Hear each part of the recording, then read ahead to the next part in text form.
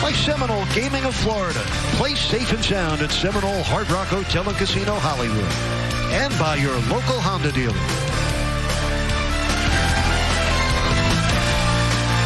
A beautiful Saturday night in Miami, but the worst performance of the season in many ways for the Heat. They lose to the Pistons by 20, 120-100. The Heat really struggled in the second half of this game after leading by 4 at the half. We welcome you back inside the beautiful American Airlines Arena.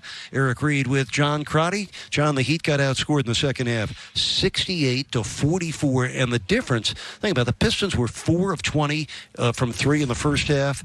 They went 14 of 26 from 3 in the second half of this game. It was hard to watch. I mean, they really got onto a roll. I credit their second unit, I thought, really played well with a couple of the starters, kind of turned it around. But the energy coming out in the second half in that third quarter, you nailed it earlier, I thought, really changed it too. They made some effort plays. They forced turnovers. Miami was careless with the basketball. Season high 23 turnovers really hurt.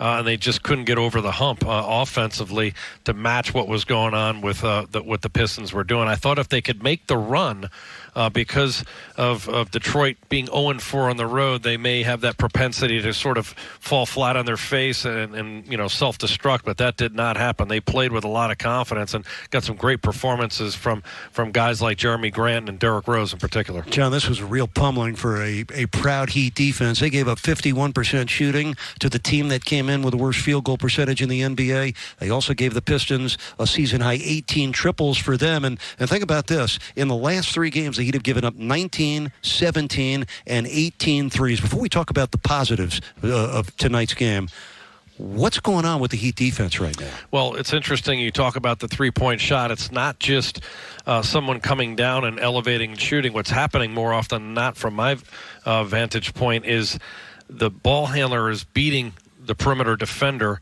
and we're having to rotate and react that way, and that's allowing a drive and kick action where someone's stepping into a three-point shot with space and being able to get a pretty darn good look. And so that's really on the ball, being able to contain ball handlers and not get beat out on the perimeter. That's really where it seems to be stemming from, from what I'm seeing. That's the trend right now, which is not good. They got to turn that around quickly. Yeah, it's really hard to find much positive when you get beat by the 2-9 Pistons by 20 points, but it was a good thing to see Bam Adebayo come back and turn in his best offensive performance this season. Yeah, he looked good. Again, hadn't played the last couple of games, came right in from the first quarter and was making his impact felt at the rim, attacking off the dribble. The mid-range game solid, always a good screener, and then hard roll to the front. Had a couple good lobs, Dragic delivering, but that mid-range shot to me is going to continue to develop and really looks comfortable out there.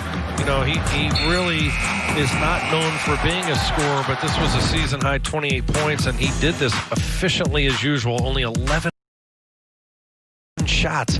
Look what he's doing at the free throw line. That's another evolution to his game. He's drawing fouls and making a much higher percentage of his free throws. By the way, if you missed any of tonight's game, you can tune in tonight at midnight and tomorrow at 9 a.m. for a Heat Pistons replay presented to you by your South Florida Honda dealers. One final note for the Heat, KZ Okpala was a real uplifting story. He had scored 12 points in his first 9 NBA games. Tonight in his first ever start, a career-high 16 points on 6 of 9 shooting. John KZ splashed in 4 of his 5 threes. Yeah, 16 points, hard cuts there. Did a good job getting in those corners where he's really comfortable being a target. He's got a very quick release, and again, he's like 6'9", so he's got it up a little bit higher, and you can see he's feeling confident. Good defensive matchup too with some of the length in opposing teams' front court, so that could be a trend that we see carry forward. That's what I wanted to ask you before we send it upstairs. Yep. Okpala tonight, first start, 8th different Heat starting lineup. Do you see that happening again Monday afternoon? Yeah, I could. I think the matchup's good. Defensively, he's somebody who can guard someone who's quick in the front court. His ability to make threes is a big deal because he can space space the floor and play with Bam. What Coach Spo's concerned about, if he plays two front court players with one that cannot space the floor as a three-point shooter, it allows the defense, as an example with Achua, who I love his energy, but I think they're concerned if he plays Bam and Achua together, the defense can get off those guys a lot, help clog the paint, make things very difficult for everybody else. Yeah, you're thinking about what's wrong with the Heat defense. I'll tell you two things what's wrong with it. You don't have Jimmy Butler and you don't have Avery Bradley, two of their best defenders right now. Hopefully they will return soon. In the meantime, Jackson, Ron Rothstein, John and I are already looking forward to Monday's rematch. It's going to be a very interesting night. We're going to learn something about this Heat team 12 games into the season. How do they emotionally and physically respond to what happened to them tonight? We'll listen to what you guys say and see you both Monday afternoon. You got that right. Thank you very much, gentlemen. Before we get to the post-game show, Coach, you were thinking about and sharing with me another layer of this that they touched on with the turnovers, how that is impacting the defense. It's hard to be good defensively when you are inefficient offensively. You can't just live at one end of the floor. You got to play both ends. And when you're turning it over and they're running it out, I mean, they average 9 fast break points a game. They had 15 tonight. And when you're constantly trying to match up in transition, it's not just fast break points, but you wind up in mismatches. And then when they slow it down, they search out the guy they want to pick on, and they go after him. I would agree with John, and defense always starts on the ball.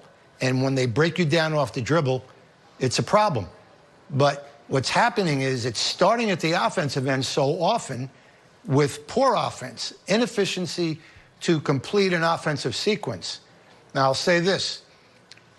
I saw it in Philly the other night, and I saw it again tonight. Two teams that just went like that. And they're challenging us to beat them off the dribble.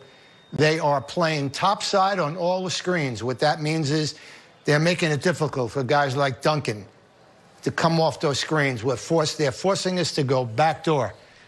Their athleticism and their energy tonight suffocated us. It really did.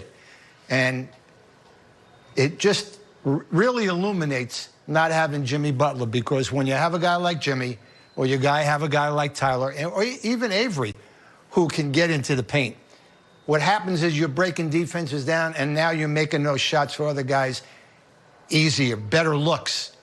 We're not getting a lot of really good looks the way we normally do.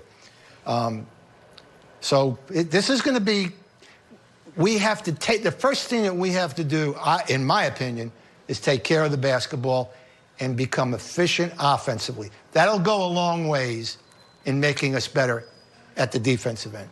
Here's what's coming up on the post-game television program we call Heat Live, served by Duncan. Rod's got some rewind. Ruth will have some truth. We'll hear from Coach Spoelstra. Looking forward to his perspective on a night like tonight. And Heat player interviews coming your way, as well as a look around the association. Now everybody's all riled up about the beard in Brooklyn. Once again, the final score, 120-100. Heat basketball returns to Fox Sports Sun on Monday afternoon when the Heat take on these same Pistons. Coverage begins at 2:30 with Heat Live pregame, followed by the